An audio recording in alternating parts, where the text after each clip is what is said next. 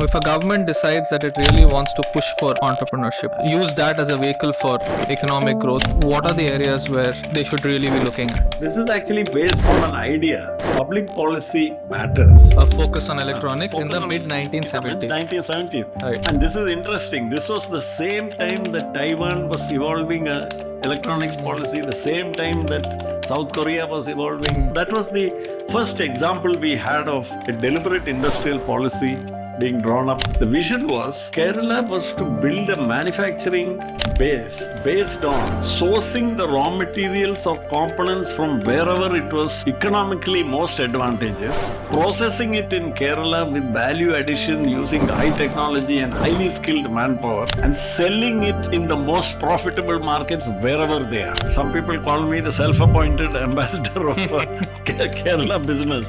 What do the educational institutions, especially the ones that start after school, the colleges, the polytechnics, what should they do from a policy perspective in order to realize this vision? They understand very clearly that without research, you cannot reform higher education just by doing curriculum reform.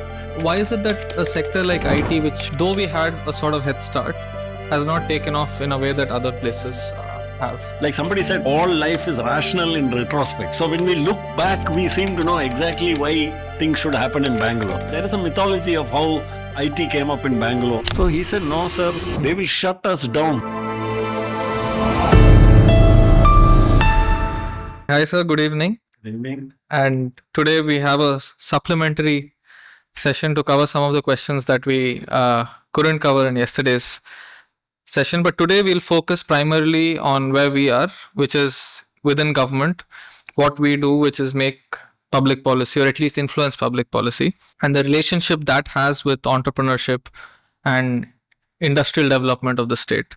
If a government decides that it really wants to push for entrepreneurship, it really wants to push for industrial development, use that as a vehicle for economic growth, what are the areas where they should really be looking at? This is actually based on an idea that public policy matters, because there is a lot of change in the thinking on that subject, about the role of government. In the West, and not only in the West, there is a influential section even in India who are mostly studied in the West and come back with those ideas that government is good which governs the least. So there's one school of thought like that.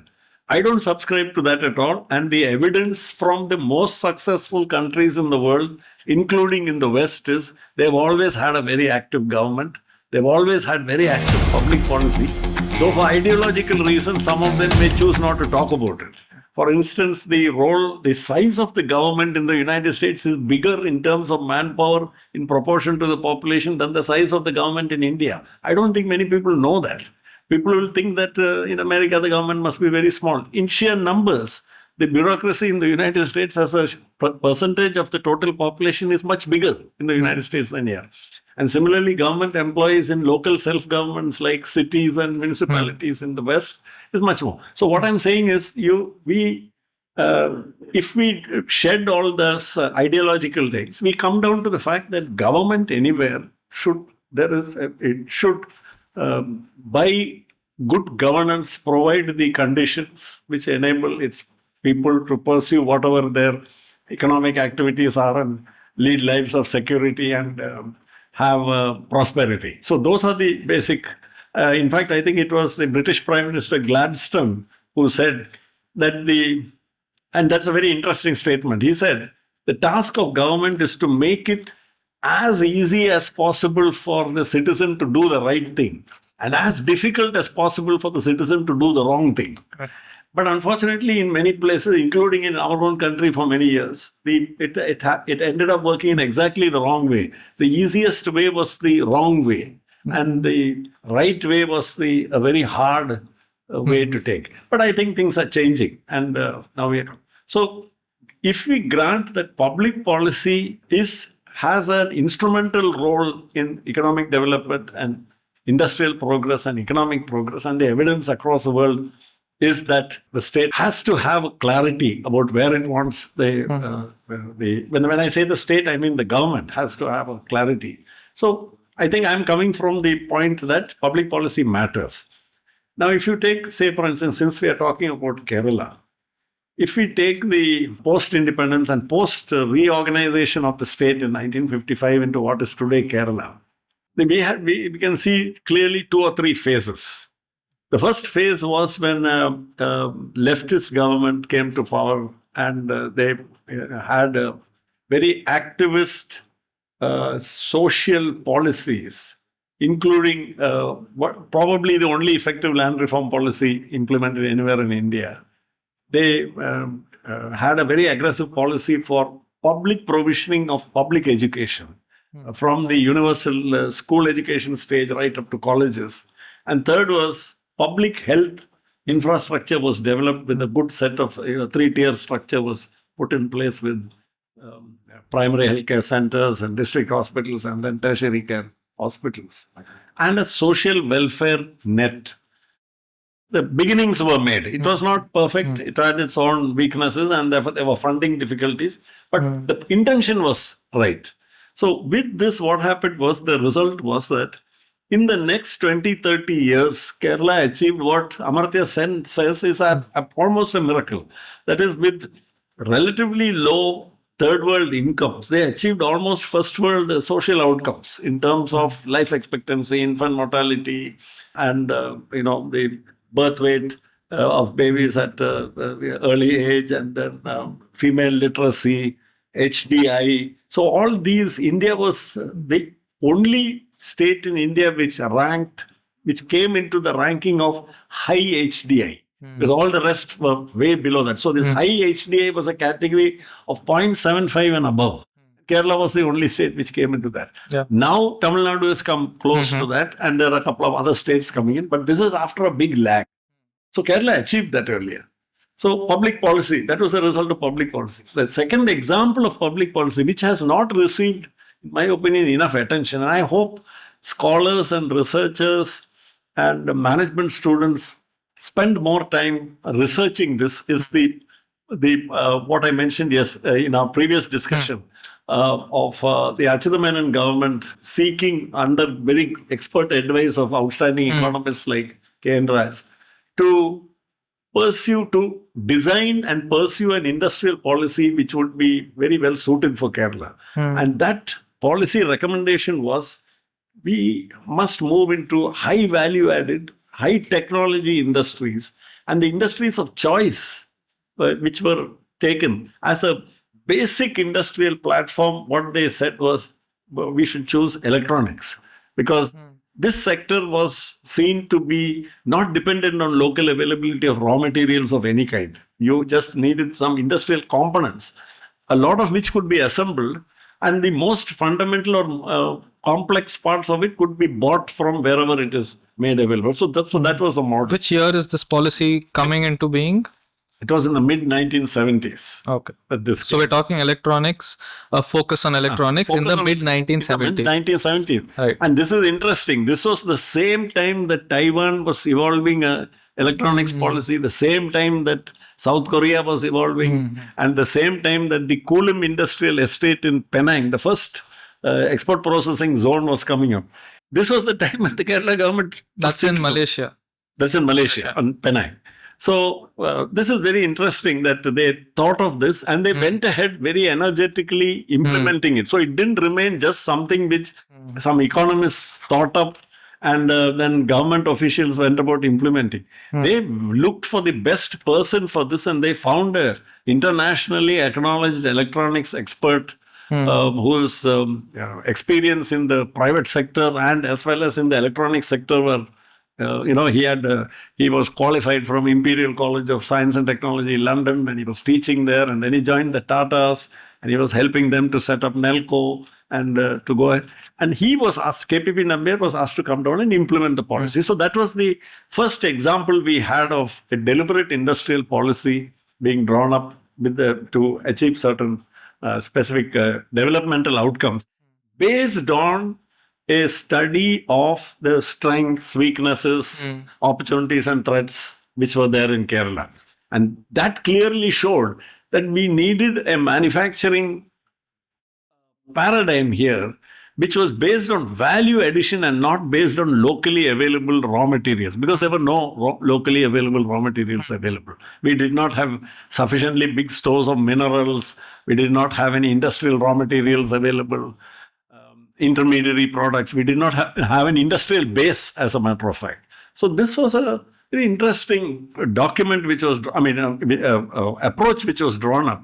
Unfortunately, I don't think it was given enough time, because it did not last very long before forces opposing it within the political system as well as within business and civil society and all came up. And Keltron, which should have been nurtured through at least 2 decades of uninterrupted support, in which case it would have really flowered to the next stage, soon shriveled and shrunk to a shadow of its former self. So we have a great example of public policy being drawn up on an objective evaluation of local resource and capabilities, and aimed at building an industry, building an economy based on value addition. And there one more statement I just want to make and end there is, the vision, I feel, though I don't think it was articulated as such, the vision was Kerala was to build a manufacturing base based on sourcing the raw materials or components from wherever it was economically most advantageous, processing it in Kerala with value addition using high technology and highly skilled manpower, and selling it in the most profitable markets wherever they are. So that was truly global manufacturing, actually. That is the model of Taiwan. That is the model of South Korea, which is not based on a local market at all. Repeat those 3 elements for... That is sourcing the raw material from wherever it is available. Right. Processing it in the home base, which is Kerala, using the skilled manpower of Kerala, and selling it wherever it is profitable. So the original definition of globalization was that buy where it's cheap, process where it's efficient, sell where it's profitable. No countries, no regions, nothing to be seen. That's how Taiwan. So this is why I keep saying Kerala's goal should become the Taiwan of India. Not I don't mean in a political sense of all that. Got it. Now, let's go towards a more narrower focus inside government, which is, say, education. All these things that you're talking about in terms of high value, high technology, they're all built on a foundation of education. And we've already established that Kerala had a great head start in terms of establishing very good, high quality primary education institutions coupled with primary healthcare. All of that ties up together. Now, what do the educational institutions, especially the ones that start after school, the colleges, the polytechnics, and what should they do from a policy perspective in order to realize this vision of high value, high tech? Yeah. So what happened was Kerala established universal primary education with 100% enrollment. First state to do that. Now, the next step was something which unfortunately did not get enough attention, but even that was not too much of a problem. In other words, Kerala has a gross enrollment rate into higher education, which is roughly the same as Tamil Nadu's, which is about 50%. So that's very high. That means the 50% of the children leaving school go and enroll in some higher education institution. 50%. So the leakage is only 50% who don't go there and probably go into vocational training and other streams. Now, this should have led to an upgradation and a setting up and support for quality higher education institutions, which did not happen.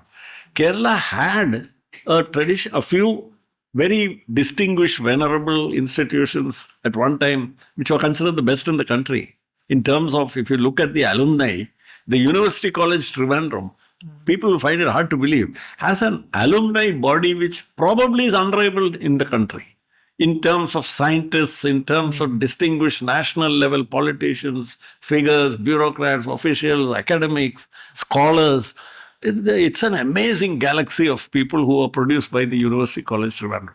And like the University College Trivandrum, you had the Maharaja's College in in Ernakulam, and you had a few other colleges set up by mission organizations like SB College, Changanasheri, and UC College, Alwa, and a few others like that. So, unfortunately, what happened was that for various reasons, the funding, these higher educational institutions did not get the funding which they need to keep the quality of higher education at a high level. I say what I specifically mean, for example, is if you have a college offering undergraduate courses and postgraduate courses in STEM subjects, you need good laboratories. Now, many of them did not have these good laboratories, which meant that they would not attract a faculty who would be high quality faculty who would be interested in a research and teaching career. They want to do both. Now, both these are very necessary. So today, to come very quickly to the present instead of dwelling only on the past, today the Vice Chairman of the Higher Education Kerala State Council for Higher Education has been engaged in a series of workshops and discussions and consultations, and I attended a couple of them. And one of the things emerging from it, and I am very happy to see that, is that they understand very clearly that without research, without a lively research program in higher education, you cannot reform higher education just by doing curriculum reform. So the way to do it is top down, not bottom up. If you start with supporting high quality research programs, that will attract high quality faculty who will attract high quality students, and this whole virtuous cycle will be set off. And this will have a feedback effect back onto the, say, less motivated faculty, and the average student will have some aspirational examples to look up to.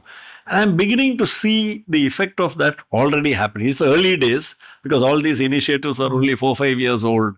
But we are beginning to see this happen in terms of the quality of research papers emerging from these various colleges, the quality of scientific symposia, the subjects being discussed, the participation in symposia held in places like Klapana in Karinapalli Taluk in Kollam district, or in Kaladi in Ernakulam district, or in places like that which are not considered big cities or big towns, in fact which are small towns.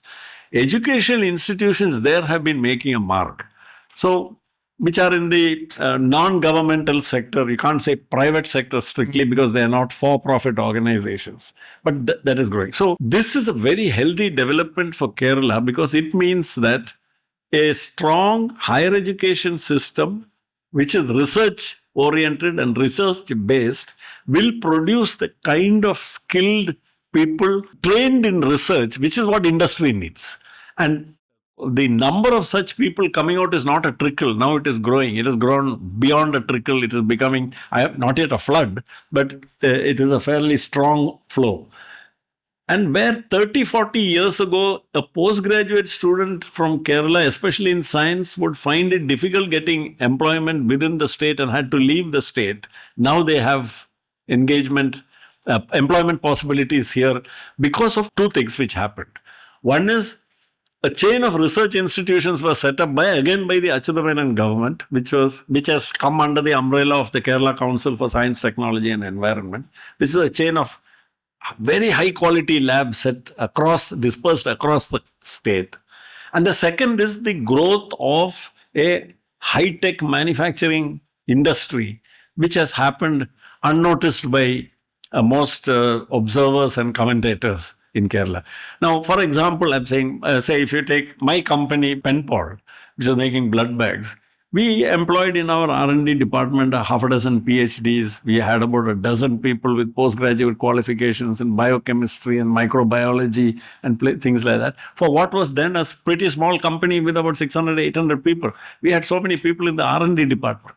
If you take a company like Synthite and plant lipids and others like them, or if you take Agape, you'll find a surprisingly high number of people working in the R&D and quality assurance departments with all these high qualifications. Now, suddenly for the first time, job opportunities for highly qualified, highly trained people was opening up within the state, which was simply not there earlier. Either in this chain of labs or in the R&D departments of these companies which were coming up here. The same thing happened in other parts of India, but they happened in large public sector giants which came up, like BHEL, Trichy, or Hindustan Steel, or big giants like that. Kerala did not have anything like that. Instead, what has happened is this chain of labs plus the growth of the private sector in the last 30 years is providing this opportunity. So here is a nice, say, the necessary conditions for a knowledge-based economy to be created here are being put in place. And we need to strengthen all these, support for higher education, support for research. One, for instance, I would specifically say government should also not just say that all right, research is going on in the college. They should start coming up with an aggressive scheme of research grants, research fellowships, research scholarships, postgraduate scholarships, which are not very expensive, but which will attract high quality talent to say that, I can take this fellowship because it's 50,000 rupees a month. Then you will get the best quality people to come in, do research for 2-3 years. They will produce very good output and they will get a good job, either within the state or somewhere else. That's a different matter. But that state will only benefit. So I think this initiative which is happening in the higher education sector, in the education sector, which earlier happened in the primary school education system, has now moved up correctly. Little late in the day, but better late than never. It has moved into the higher education sector. And we are going to see the benefits of it flow in the coming years. This is exactly the right time when Kerala economy is pivoting from from primary processing of traditional industries into modern industrial processing of modern high value added industries. I think we are at a right place. Let's look at the existing workforce in Kerala, especially the young people. The natural trajectory seems to be to attend school here, go outside for higher education, and then seek opportunities abroad, or not just abroad but outside the state. If you take the IT industry, for instance, IT industry is something that's very easy to dovetail with Kerala's needs. It's not very land intensive. It doesn't pollute, high value, high revenue generating enterprise. But when you look at where, say, Kerala started and where Kerala is today compared to other neighboring cities, neighboring states, you find that the more educated sections of Kerala's youth are getting higher paid jobs in Bangalore, Hyderabad, Chennai, so on and so forth. Why is it that a sector like IT, which easily fits in with all our requirements, though we had a sort of head start, has not taken off in a way that other places have? The growth of the IT sector is real drivers of growth are often lost sight of. The perceptive observers say Bangalore took off because of Indian Institute of Science and National Aerospace Labs and DRDO. Because when the thing is, like somebody said, all life is rational in retrospect. So when we look back, we seem to know exactly why things should happen in Bangalore. But actually, it's not the way. There is a mythology of how IT came up in Bangalore, and then all certain names all figure in that. Chronology of events is Texas Instruments was casting around for a place to locate high caliber center for technology development. They chose the place which had the best quality research institution, which was Indian Institute of Science. That was the only reason they chose Bangalore. There was no supply of IT people, nothing of the kind. Not even one IT person was available in Bangalore at that time. They chose Bangalore because it was the place where Indian Institute of Science was located and National Aerospace Labs was located. Because they said, they were surprised when they came there and said, in this nice, salubrious and then small city in India with a pleasant climate, we find thousands of engineers all working in rocketry and aerospace and advanced material science and things like that, which they never knew that India has all that. So the Texas Instruments chose to set up its. When Texas Instruments came, GE followed. Jack Welch was looking. He had a different vision he said that let's get outsource certain things, including a technology development center. So my point is, these giants came, the outsourcing industry grew back due to the initiative of GE and Texas Instruments, followed by a couple of others like Hewlett Packard and all. And people like Patni Computers, from which Infosys was an offshoot, were subcontractors to these companies. In fact, Jack Welch is supposed to have humorously remarked that if I did not have this focus on General Electric and taking it to the next level, I would have been the Mughal of the IT or the king of the IT sector in India, because I would have started all these things. It was so obvious because he was giving most of the business. So my point, why I'm saying that is, Bangalore and Hyderabad and Chennai developed because when more companies started getting interested, Bangalore was beginning to get crowded. Chennai was a good alternative because Chennai had a strong engineering base, engineering colleges, big city, everything. Now, Kerala started a technopark ahead of everybody else. But at that time, Kerala could not offer this. It started a technopark with places where you can go and set up. But the same reasons which were present in terms of a strong engineering base, strong research and scientific base, etc., were not present.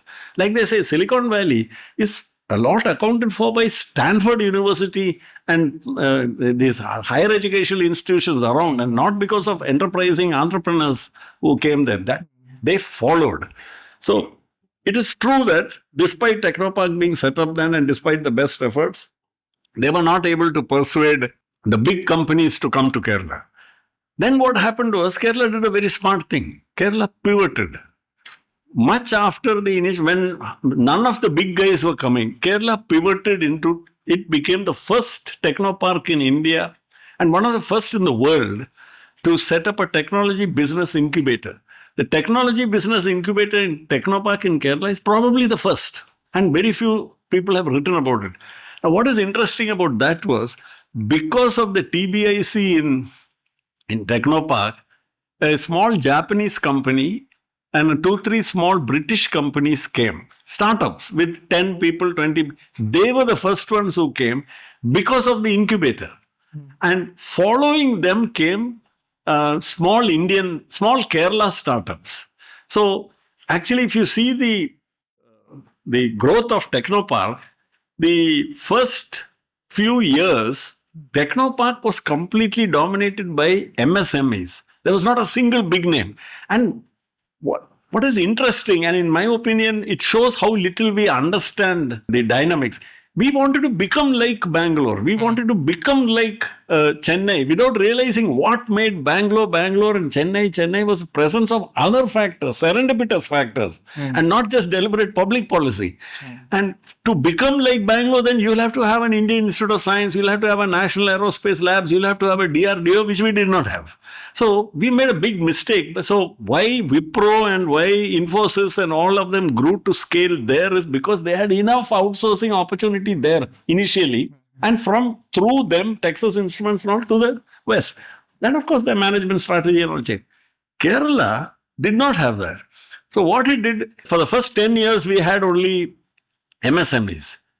And then they bent over backwards to try to get Infosys to come, offering them all Infosys and the big names to come in, so that we can have some marquee names also to give us respectability.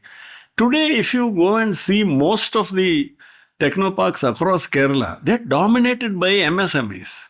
This is a very remarkable feature about the technoparks of Kerala, that it is not, say, 2 or 3 giants who account for 3/4 of the space which is, built up in those technoparks. There are dozens, in fact, hundreds of MSME.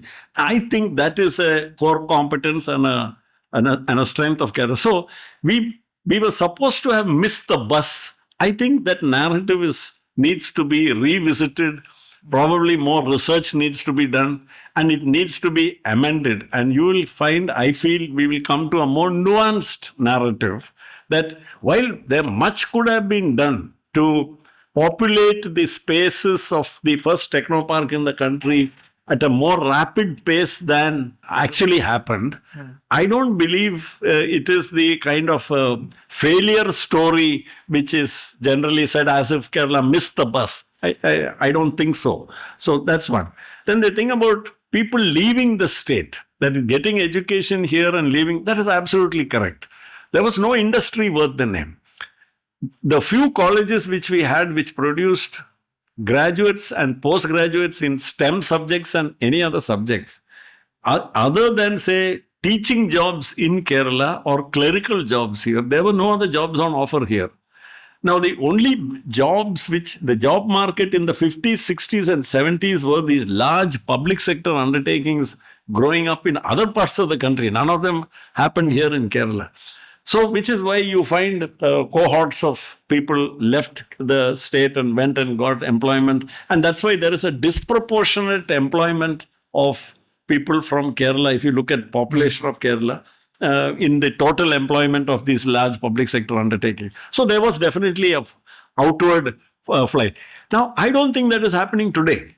Okay. Now, what is interesting is today there is that narrative still continues. The concern expressed in the media and in much discourse is educated people, youngsters, are leaving the state because they see no opportunities here. So as if nothing has changed in Kerala.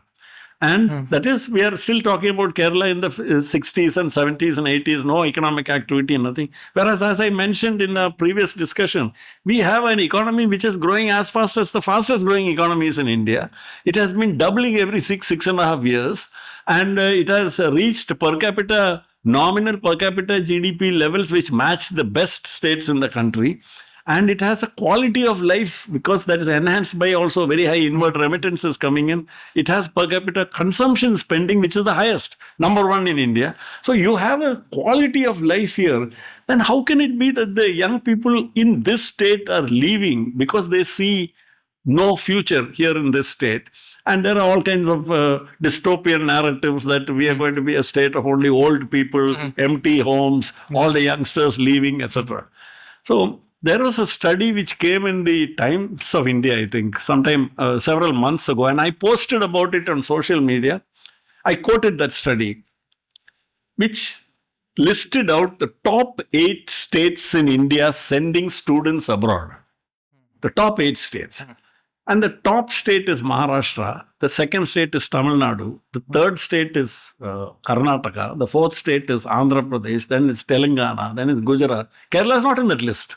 It's not even in that list. Then, of course, the usual argument is, but Kerala is a small state also.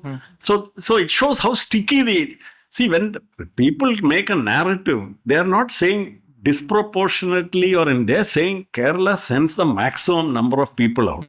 That is verifiably false because in the list of the top 8 states, there are no Keralites there. Number one. Number two, it's aspirational. What is sending? It is a fact. Young people are going outside. But who are these young people going out? There is a concern. Many people express saying brain drain is happening. I would like a survey to be conducted of how many people who get admission through NEET into the top educational institutions in Kerala are in that list of people who go abroad. And I think you will find that is minuscule. The number going abroad is minuscule. And socially, if you look at the class from where they're going from the middle class who have a reasonable amount of, say, asset.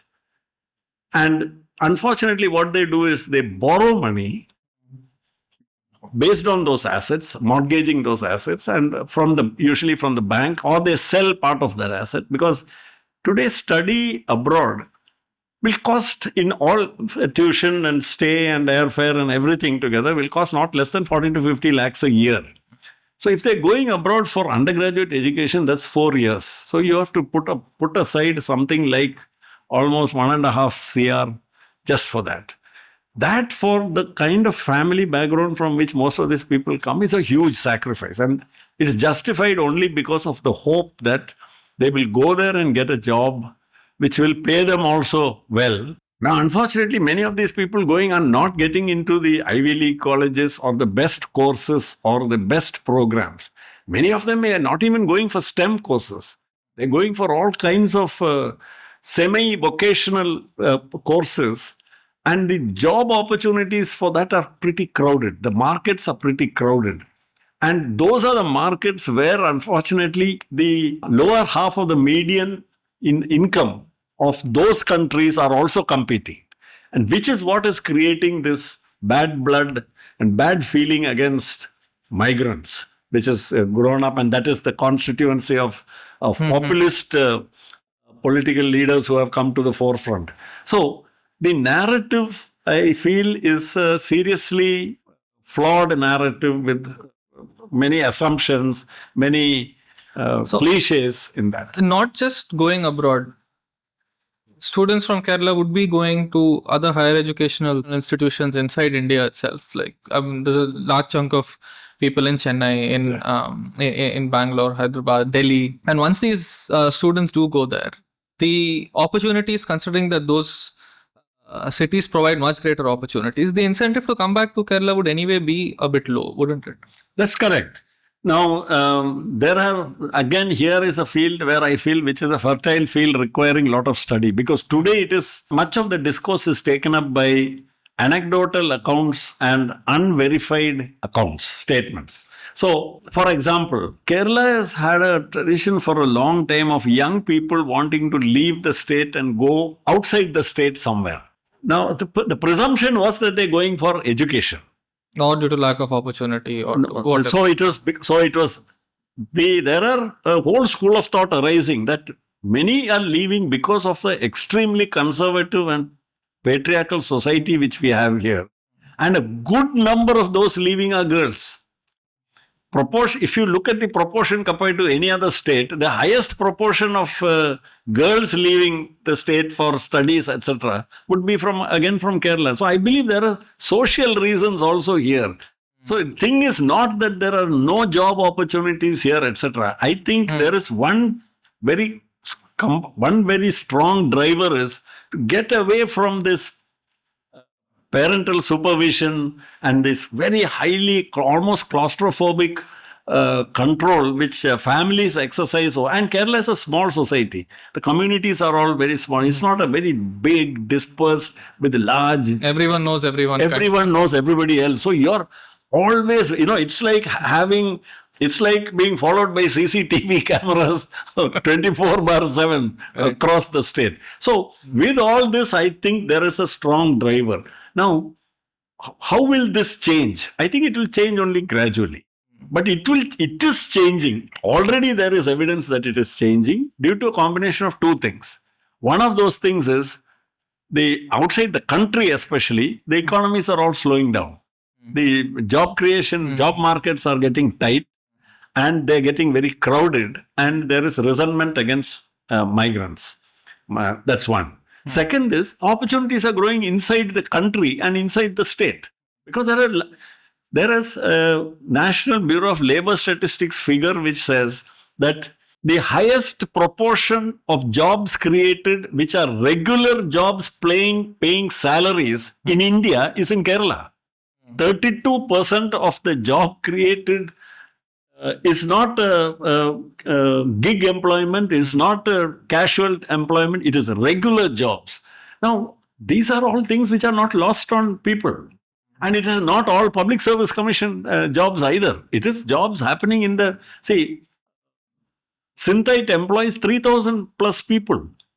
SFO Technologies employs 8,000 people. Of course, in several plants, some of which are outside the state, but the biggest ones are all inside Kerala.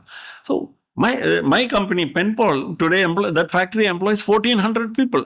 The point is, the people from here are the best suited for the job because they understand the language. Supervision is easy, communication is easy, and you have to communicate very complex instructions to people. You're making a life-saving device. So I think the combination of the slowdown in the West and the fact that India is today one of the faster growing large economies is leading to a reversal of this. So I think the push factor driving people out is no longer an important part of the narrative. Listening to you talk about narratives and how they take hold, I was also wondering about whether Kerala needs to really improve the way it talks about itself. For instance, you take Kerala tourism. We have a population of about 3.5 crore. We get around 1.2 crore visitors a year, which is one third equivalent of our population is coming in and going out every year, in a few months every year. Those 1 crore people, they come, they enjoy Kerala's hospitality, they enjoy the resorts, the packages that are made, the hospitality, and go back. And Kerala tourism earns global plaudits for this annual achievement of hospitality. But somehow the business aspect of this enterprise, that story barely ever gets told, because for Kerala tourism to succeed, you have to have hundreds, if not thousands, of entrepreneurs operating businesses, big to small, working like clockwork, innovating on a regular basis, catering to an amazing diversity, India's own diversity plus the global diversity that comes with. This is a really tough thing to do, not easy. Requires a certain an element of a global thought goes into this, making this enterprise a success. Why do you think that story never gets told? One is it because like people in Kerala here, society is not interested in that story? Where do you think that goes? That gap arises. So this is the tourism, not just tourism. This applies across the board. Whether it is manufacturing, whether but I'm concerned about tourism because manufacturing is not considered a big Kerala brand anyway. But Kerala tourism is something which is live and kicking year after year. It's a centerpiece of the state. Even then, it doesn't get business end doesn't get attention. Yeah. So why I am not really able to give a concrete answer, but I'll give you an example of what this leads. What this sort of, say, another view of this same problem. My good friend Jose Dominic, who is one of the pioneers of Kerala tourism and this model of Kerala tourism that is using local, not building up big things, not interfering with the local landscape and all, and being as low intrusiveness as possible, low footprint, and allow the visitor to come and enjoy the play, what nature has given us. He's a pioneer of that model. So he was narrating an incident saying he went to a seminar and one of the speakers was and I think the seminar was in Goa. And one of the speakers was a young Goan. And he said that when COVID happened and all the businesses in Goa shut down, the biggest business in Goa is tourism. So all those big hotels, Goa's tourism model, he said, was a different tourism model. It was the standard Western universal tourist model of brand name hotels coming lining on all the beaches. Each hotel will be 200 room, 300 room, 400 room properties. And he said in those hotels, what were the jobs for Goans? Goans were the housekeeping staff or the people who, all the low-paid jobs were Goans. All the top jobs were non-Goans. So he said when the hotels were shut, all the people were sent home. The only people who were still on the payroll were the top people. He said, look at the difference what happened to Kerala. Kerala's model, the bulk of the tourism industry is entrepreneur-operated, small, local people, etc. So the number of jobs lost were in that sense. They did something else while the visitor flow came down. But once the visitor flow picked up, they were able to snap back very quickly into it. So that's the first part of it. Second part is that precisely because of this model, when you're saying 1.2 crore visitors coming in, you can imagine the logistics involved. And here we generally talk about as if there is no infrastructure here. Because we don't see gleaming 6-lane highways and bullet trains and all. So we think that, but there is a phenomenal infrastructure. In terms of moving millions of people every day, which is happening. We are taking it for granted. That's all. So my secretary, he is like he travels with his family to one or two pilgrimage centers in India every year. And as his family income grew, they started also making one holiday to some place like Sikkim, Bhutan, Pahalgam. and places like that they had gone to in the past. Now, to him, if he hears somebody say that in Kerala and even in the rest of India, the transport infrastructure is extremely bad and terrible, and point to point getting, he'll be quite baffled because he finds no difficulty getting around. So what I'm trying to say is the supply chain, the complex supply chain necessary to service a visitor load of 12 million people coming in and going, and that too usually concentrated in the tourist season, is a staggering achievement.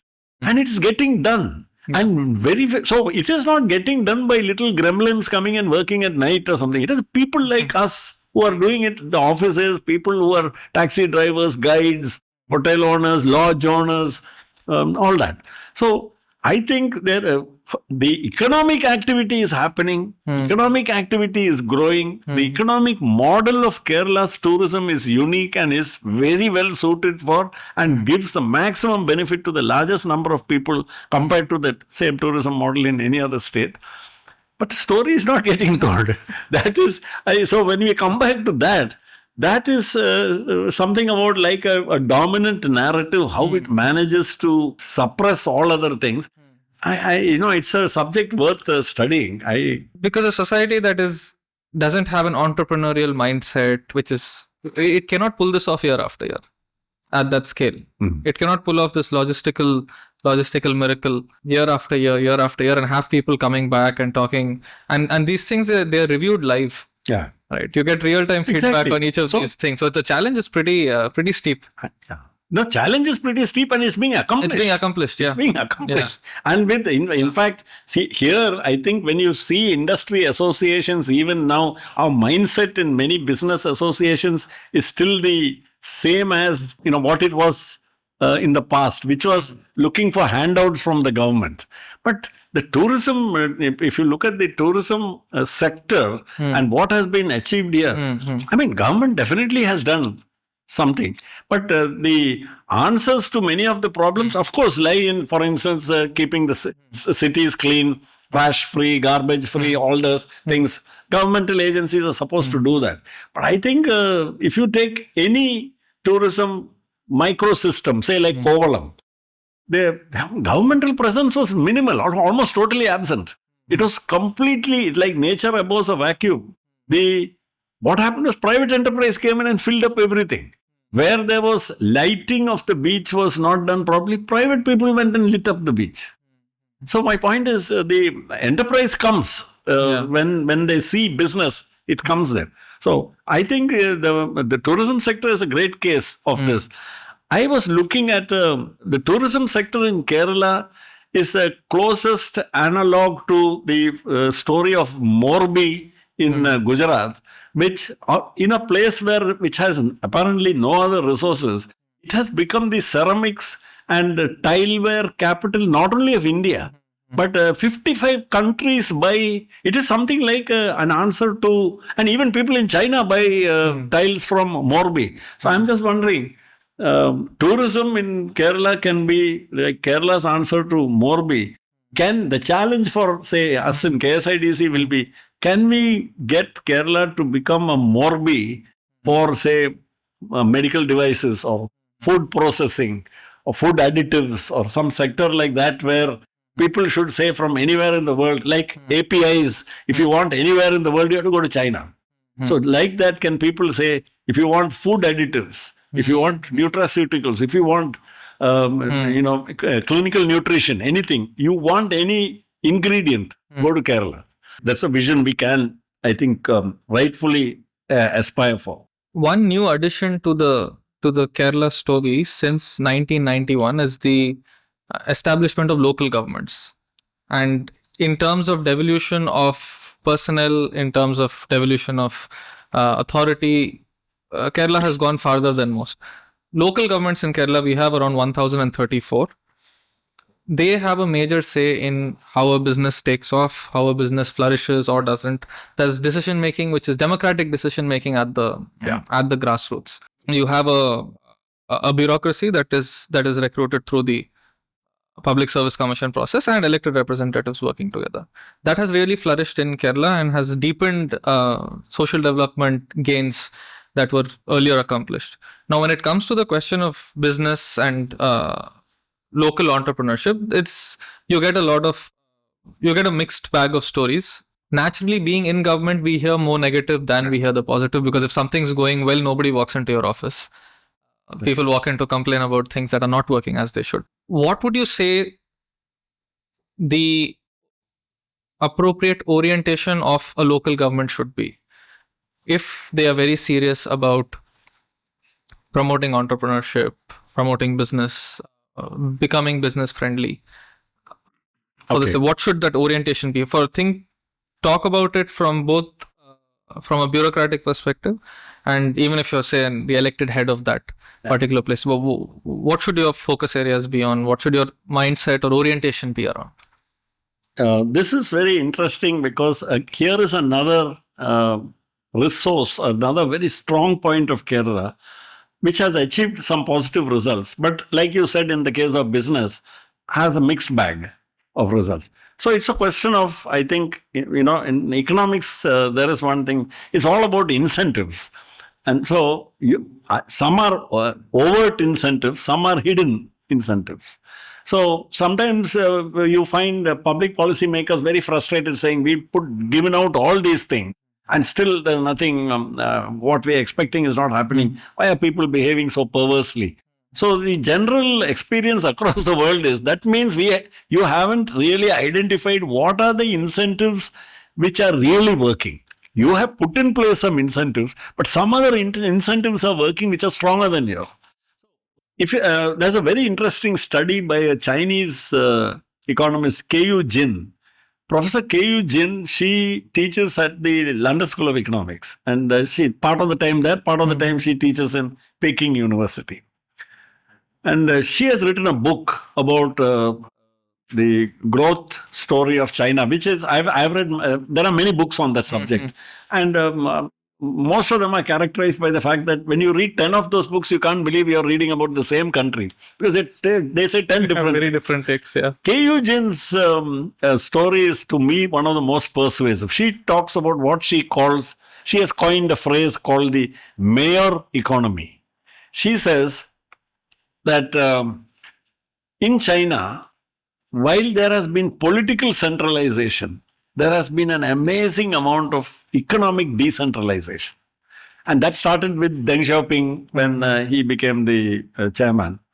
And so what happened was apparently that authority, decision making and problem solving was delegated more for, I think, practical reasons, because Deng Xiaoping had a lot of things to worry about and he couldn't answer a question. Somebody coming from Fuzhou province or something says, comrade, I have this problem. What do I do? So he said, he doesn't even know where Fuzhou is. And so he can't tell that guy that. So he says, you try something. And that's when he coined that famous phrase that he said, see, I don't know. You're asking me how to cross a river. I don't know.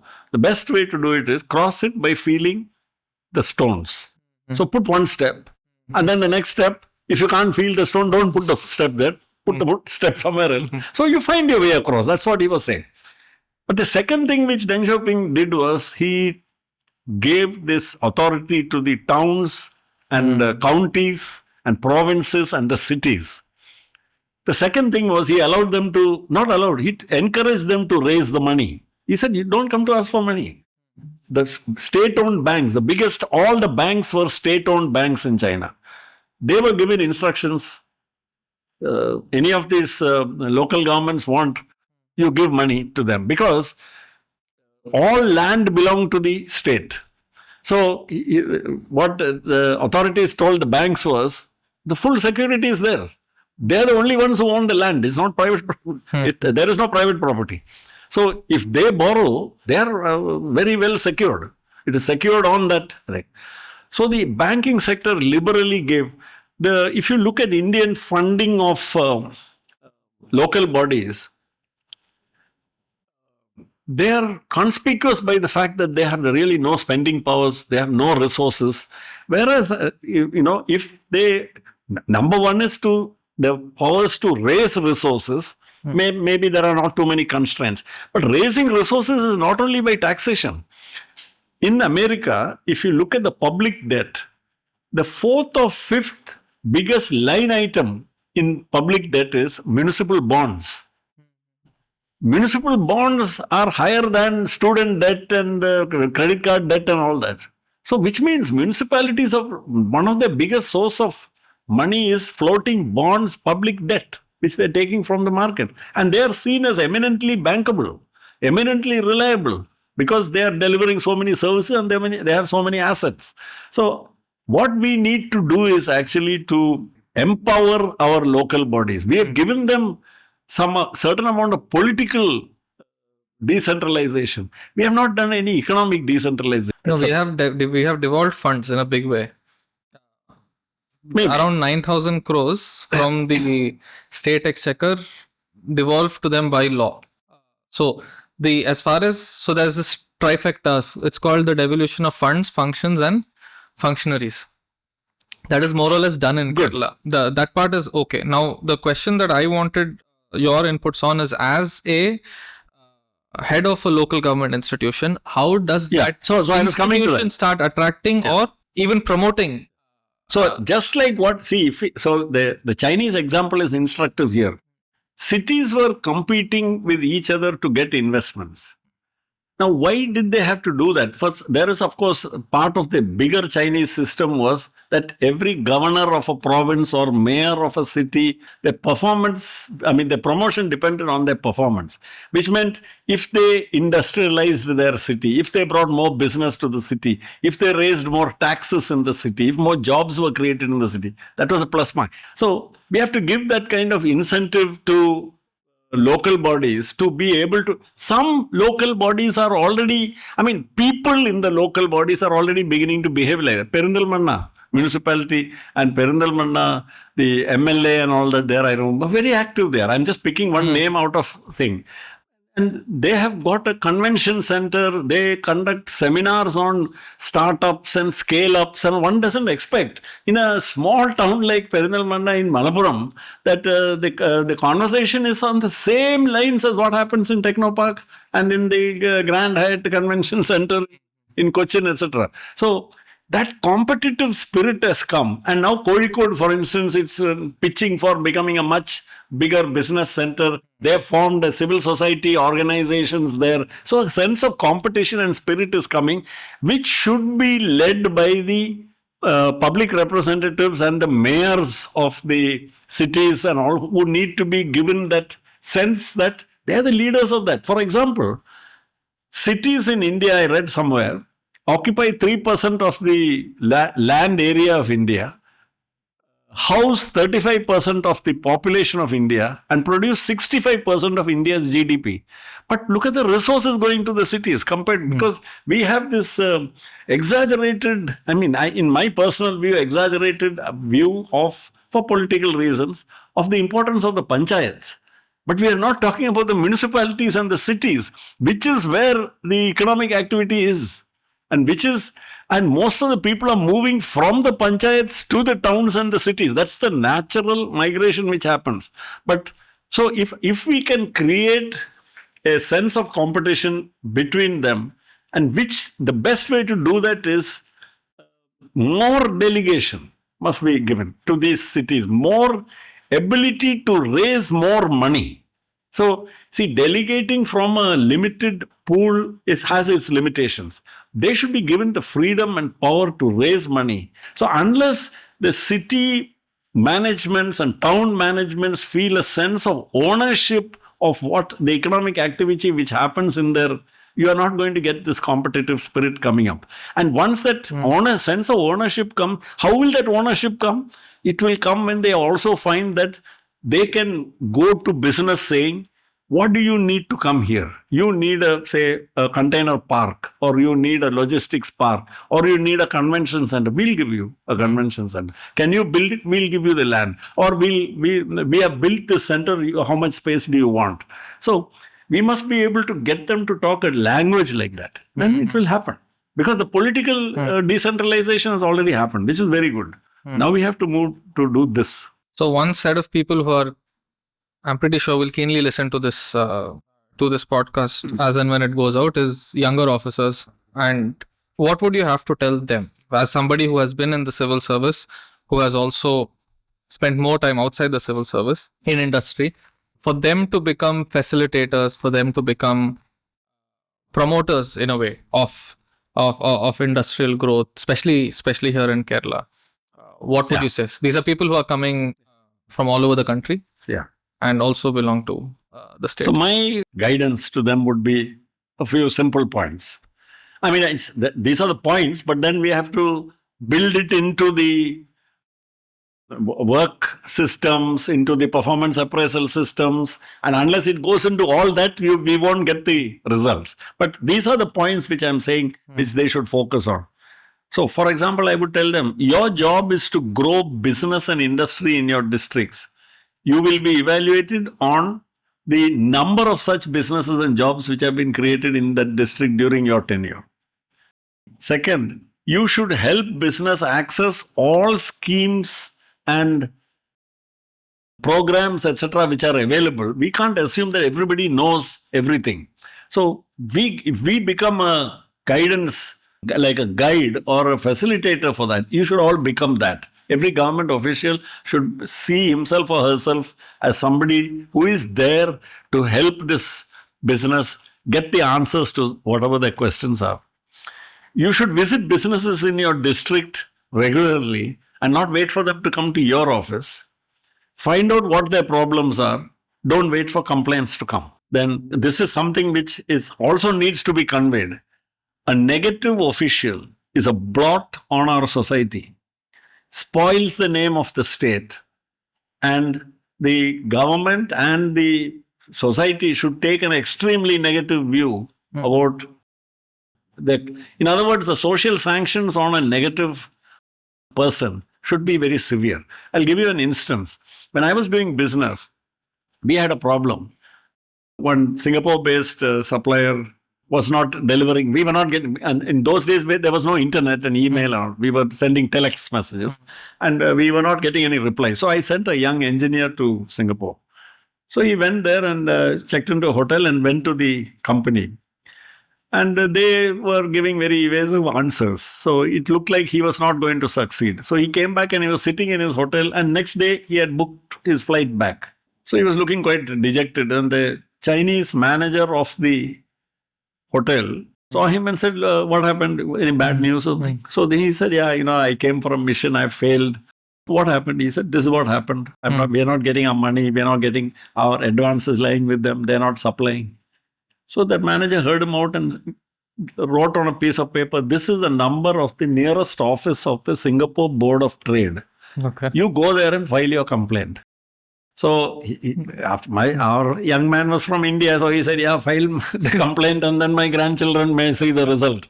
He said, no, you go there and talk to that person and he may be able to help you. So he said, take along your file also. So he had a file with all the documents. So he went to that office and that official heard him out and said, do you have the following documents, the contract? He said, yes, sir, I've got it. He said, can I take copies of that? He took copies. Then he said, please go back.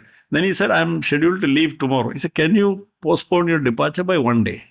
He said, yeah, I'll do it. So he moved his flight to the next day. That evening in the hotel, the managing director, head of manufacturing, and the chief accountant of that company, Singapore company, was sitting in his hotel room, pleading with him to withdraw the complaint. And so he said, no, we just want our money. We don't want to, you don't want any prosecution. So he said, no, sir. They were saying to him, no, sir, it's not just prosecution. They will shut us down because they will say that you are a disgrace to Singapore.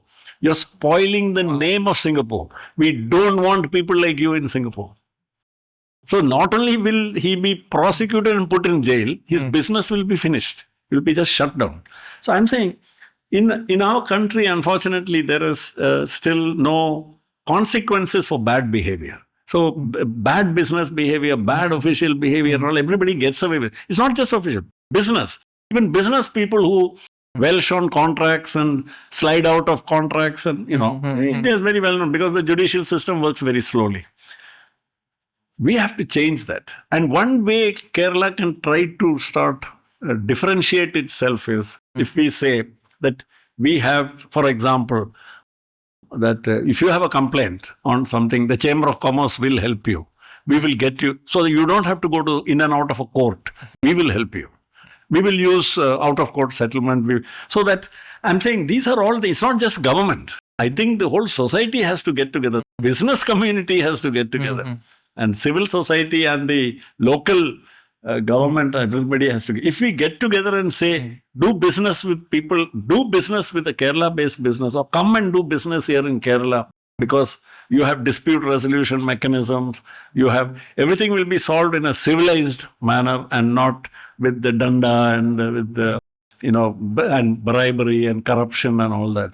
I think that's one very effective way to change the Kerala story. The story about Singapore reminds me of a story that I heard. This was narrated to us by Mr. Shiv Khera of You Can Win fame. Yeah, I've heard him. Organized a training program, one-day program here. So he said that he has one office outside of India, which is in Singapore. And the reason he says he set up shop in Singapore, he says that the first time he arrived in Singapore, he took a taxi. And the taxi was supposed to take him to his hotel. I don't remember the exact figure, but let's say $10 was the payment, was the tariff on the meter. And he paid $10 and that person returned $1 back to him. And Mr. Khera asks the driver, why is it that you're giving me $1 back? He said that on the way to the hotel, I forgot to take a particular left turn. So I had to go around the block to bring you here. He said, but it doesn't matter. How does it matter? And I don't know to what extent this is true or to what extent it's embellished, but he says the words of that driver were that I consider myself an unofficial ambassador of the state of Singapore. I'm the first person you meet when you arrive and the last person you see before you leave. So I go out of my way to make people comfortable. I think that's a great attitude. It's a great attitude to have. Now, when you listen to stories like that, you sometimes think, are they being told for effect? But then when I hear the story that you just said, it seems like there is a culture of accountability. There's a culture of business promotion, and they take that stuff seriously. Yes. So you started your business journey in 1983, went on to found a very successful company. You had a global market share at some point within, I think, a decade and a half. But then you decided to sell your company and you moved away from the business sphere altogether. Can you explain how that happened? Because one would have thought that once you were in this, you would have been in this forever.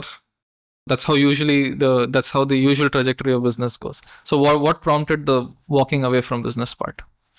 So I think one of the earlier questions I explained about why when the liberalization happened and the opening up of the economy, why I started seeking partnership with the big guys. Now, in this field, there were only about 6 or 7 players globally. The entire market was controlled by 6 or 7 large companies.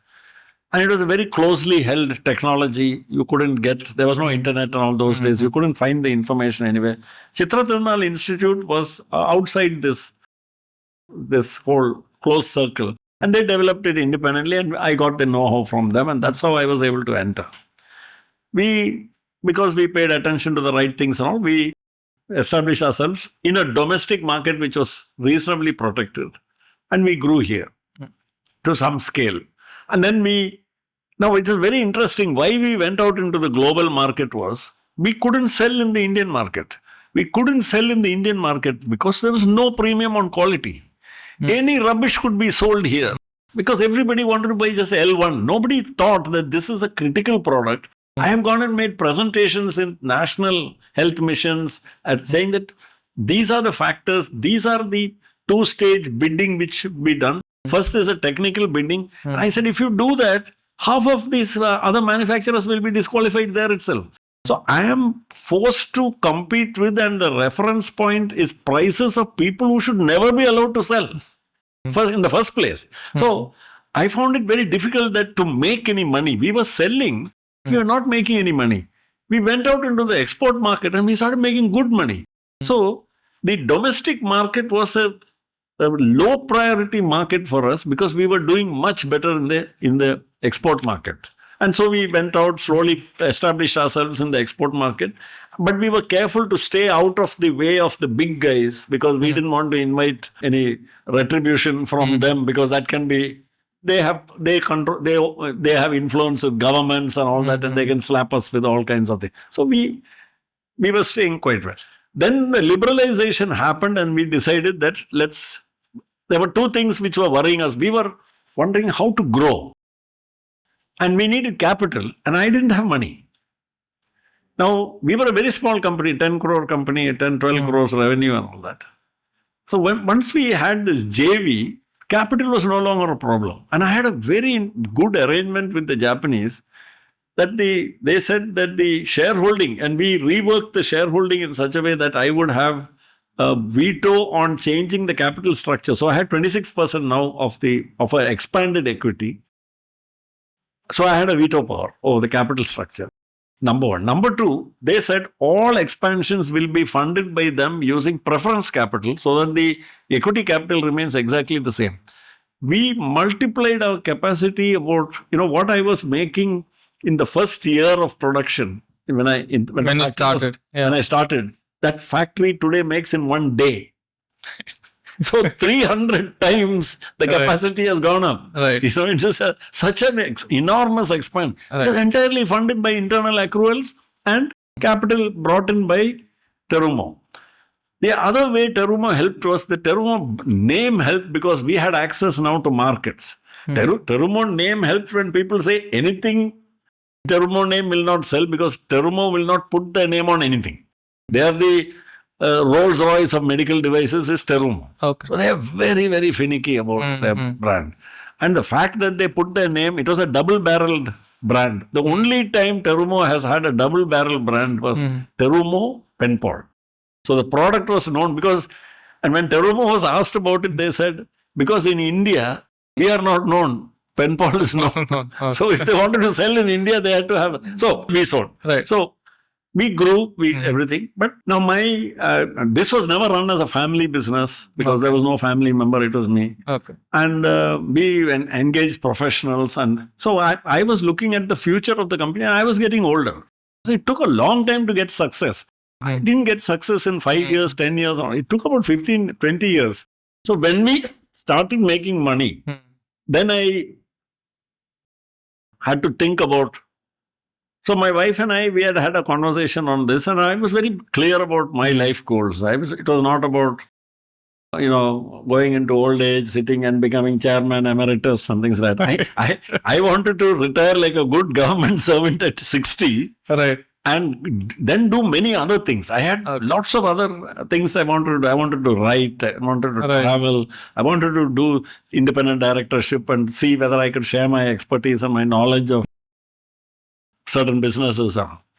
So we had an agreement in the shareholder agreement. We had a clause. So since my children and all they understood very clearly that whatever they get from me. Okay. Nothing to do with the business. Right. So that was the reason why I thought of this as a professionally managed and professionally run business. My main concern was I felt very accountable to the 1,000 people working in the factory. That they joined, they trusted me, and they had a lot of faith in me. So I had to reciprocate by ensuring that I must leave them in good hands. And I left them in the best hands possible, which was Terumo. Right. And Terumo is not the kind of company which will just to, some corporate strategy, they will shut down this company and shut down that company. They are very committed to this because this factory is the real basis of their blood transfusion business. And today this factory supplies what percentage of the... See, Terumo, this factory supplies 12% of the global supply of blood bags. This one factory. One unit in the city of Trivandrum. In the city of Trivandrum.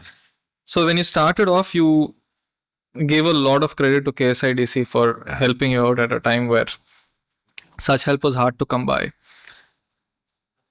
Many years later, almost maybe 3-4 decades later, you are now chairperson of that very organization. So what prompted you to take over that responsibility, and what do you want to do with it?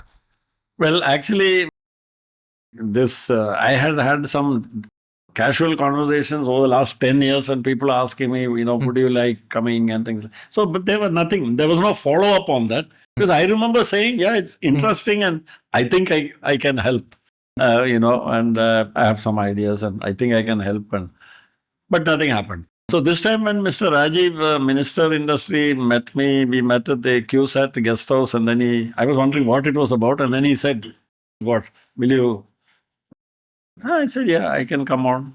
Then the only thing was I told him that I have some terms, and I won't take any remuneration. I won't take of any kind. I said, because for me it is about giving back. Yeah, that's all it was. And I said that, and I will stay as long as I feel I am of use, and my advice and suggestions are being at least heard, and some of them being acted on. Otherwise, it's a supernumerary kind of position. So that was the main reason why I came back. And I believe that we can really do a lot. And I am like, even without any official position in Kerala, I like some people call me the self-appointed ambassador of Kerala business. For about 5 to 10 years, I've been I've been carrying on this single-handed kind of campaign. It was very interesting because at least I provoked a lot of discussion and debate. And I think a lot of rethinking also happened. There are people who came said that they never knew these facts. Because I used to always respond with facts and figures. I didn't try to respond with raising my voice, because I was not trying to prove a point. I was just saying you guys are making a mistake because you're not looking at the data. You're not looking at the figures. What do you want to do with the organization while you're here? Like, what do you want the focus to be on? What do you want it to be? So I feel that what KSIDC, and when I say KSIDC, I also mean the government, of which KSIDC is part, can do a lot. The recent few years, actually, I have seen evidence of some very positive steps being taken in the industrial policy, which have been interesting. So I feel that if KSIDC and the Government of Industries Department do the following, that is, have a clear industrial policy with priorities set out.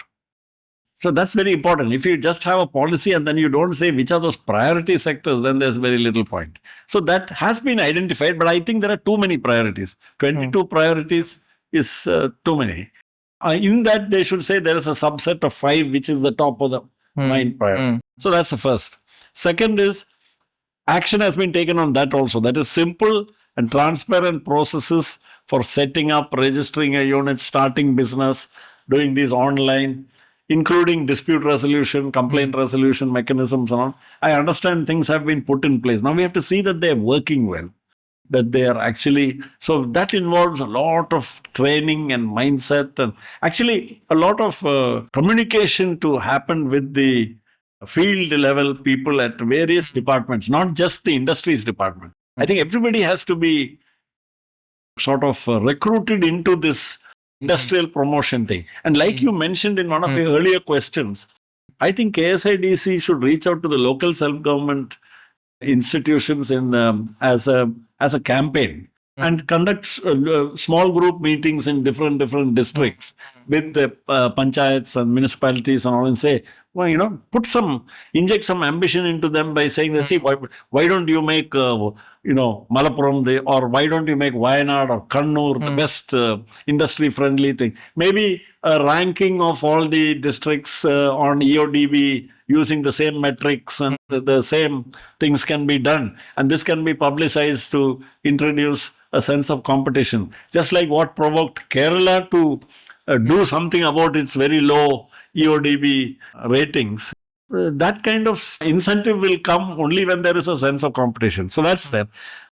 We have certain very well-functioning parts of our, like you mentioned about the tourism department. Another is the labor department here. District labor officer and the dispute reconciliation systems. I have been a beneficiary of it. My company, it is not that we did not have disputes, but every dispute was resolved. Maybe we had to have 20 sittings, but it was resolved. Now, so we learned a lot. The unions learned a lot. And this is one thing which is an exception in most other states, but is present in most of the districts in Kerala. All districts will, I mean, I have dealt with different DLOs. I can't say all of them are of the same quality, but a surprisingly high proportion are highly motivated people who will do tough talking to the unions also. And in fact, it is that toughness. And in your experience, they are amenable to. They are amenable to. And they listen. They want.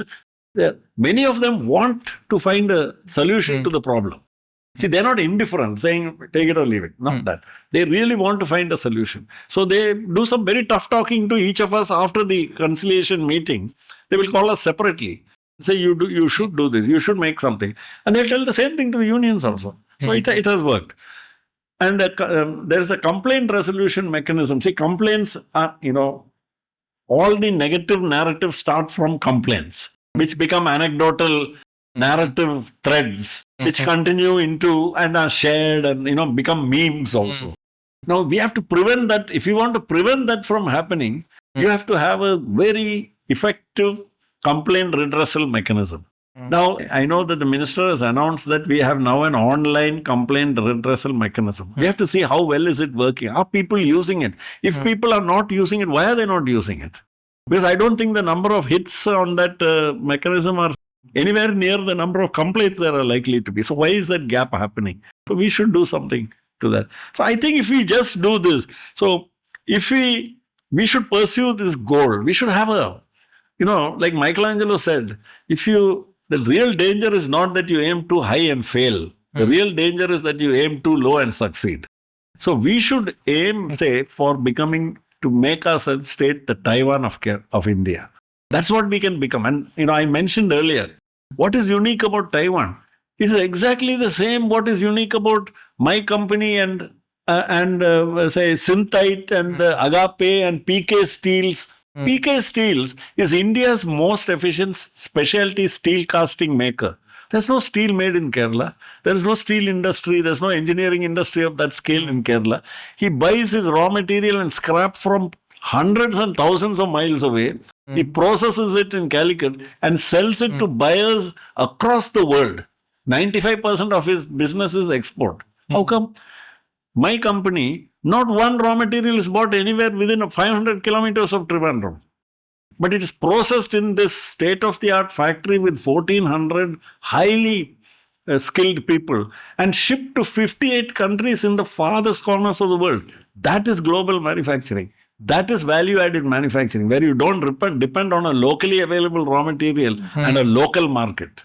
Your capability is that you're so good in manufacturing that your products can be sold anywhere in the world. And I believe we can do it. And so that's why we need a catchy slogan. We need something like Kerala should become the Taiwan of India. I mean, Taiwan, if that's a politically sensitive thing, we should find some other some other goal, but we should name it. The aspiration should be to be a global leader. To be a global leader in manufacturing. Great. So that brings me to the end of my questions. Thank you very much.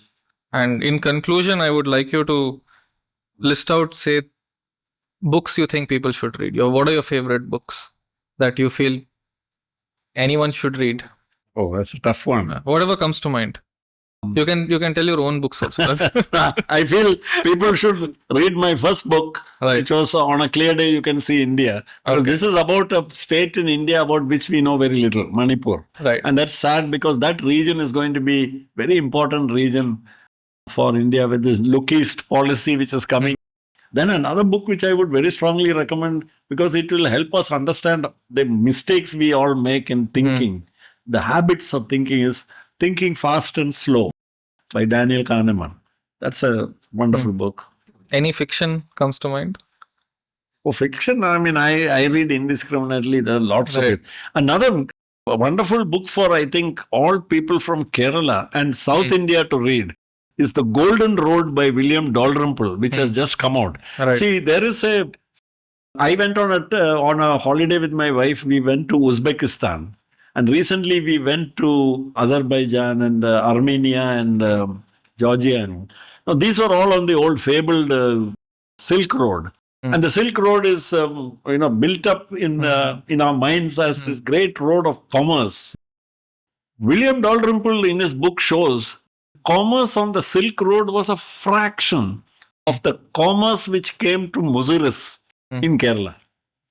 And he bases this on hard evidence. He looks at the hoards of Roman coins which were found in Muziris and along the Silk Road. Along the Silk Road, hardly anything has been, and very little has been found. So it indicates that there was trade, but whatever could be carried on a camel back, that's it. Here, these were brought by ships from Yemen and from Arabia, and then further on from Rome. And the great port of antiquity was, he said, Muziris. And Dalrymple was invited as chief guest for the Tycon conference, Tycon 2025. And I was on the podium with him. Okay. And he made this marvelous speech. He said he was wondering why he, a writer and historian, was called by an entrepreneurs organization. And then he said, when he thought about his most recent book, he understood why. That he was called because he wrote that book. Great. So with that, we actually come to a close.